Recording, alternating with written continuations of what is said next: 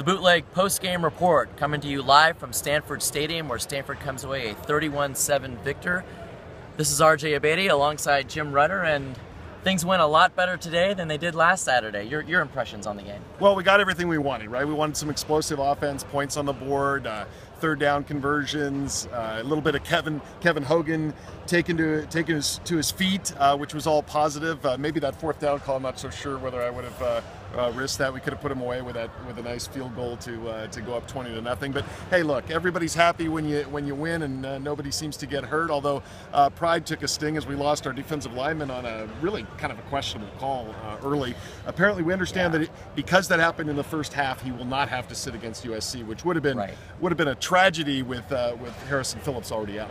Yeah, and I think Coach Shaw spoke to that issue and the officiating as a whole by not speaking. In fact, he literally preempted all of us by saying that he had no comment about it. So pretty safe to say what he thought about that call and a lot of them. But as far as the calls go and as far as the offense goes, Stanford had 7 plays of 15 or more yards today. Certainly the explosiveness was back today. The question becomes, is this the Stanford team we're going to see moving forward or not?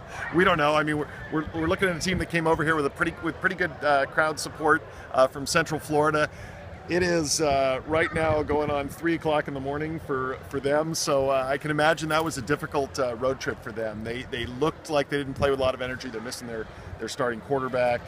Had a few guys that looked good in uniforms, some definitely athletes on that team, but just didn't seem explosive. Didn't seem to have a big will to fight in this game. They really never threatened at all. Our defense got a couple turnovers, so that was the Blake Martinez one fired the team up, and turnovers against the other team and none for your team tend to end up with good results. Loss of Holman, the Knight starting quarterback, notwithstanding, I thought the defensive pressure, the defensive line was markedly improved this week, and they held the Knight offense to less than 3 yards per play, deep into the game.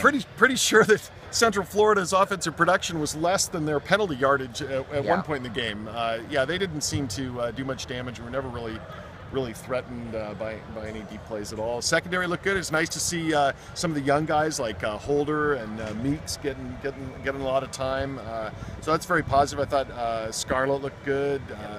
There was a beast-like play from Solomon Thomas, which I think we can come to expect. And then offensively, we saw the the return from McCaffrey got called back by the penalty on the punt return. But Bryce Love, I mean, Sweet Feet took it outside and to the house, and it was nothing but the back of his jersey at that point. Bryce Love had 3 touches today, and he got 143 yards out of those touches. And Kevin Hogan threw for a career high 341 yards today. I think safe to say this is the Kevin Hogan we thought we all might see before the season started. And the question, once again, looking ahead to USC, Stanford clearly going to need this Kevin Hogan moving forward. Yeah, I'm not sure that USC is going to afford us an opportunity to have a lot of catch and runs that are going to bust for 92 yards. They have some guys who probably keep up with Bryce, but Central Florida definitely did not tonight. So it remains to be seen. Let's see what we look like against a top 20 opponent playing on their home field this coming week. It's going to be an eye opener. Hopefully a positive one. Yeah, I think everyone's had September 19th circled, and despite the setback last week, I think everyone still has September 19th circled as the game that's going to give us an idea of just what we should be expecting from this Stanford team moving forward. But for now, plenty to be excited about, plenty of points. Was that the debut of Mike Tyler, a linebacker this year at least? I think it may very well. That's an important appearance. So. Well, we need everything we can get. Everything we can, yeah. Yeah, all right. So that's going to do it from Stanford Stadium, where Stanford wins it 31-7. Here on the Bootleg post-game report, I'm RJ Abeytia for Jim Rutter. Good night, Stanford fans. Go Card.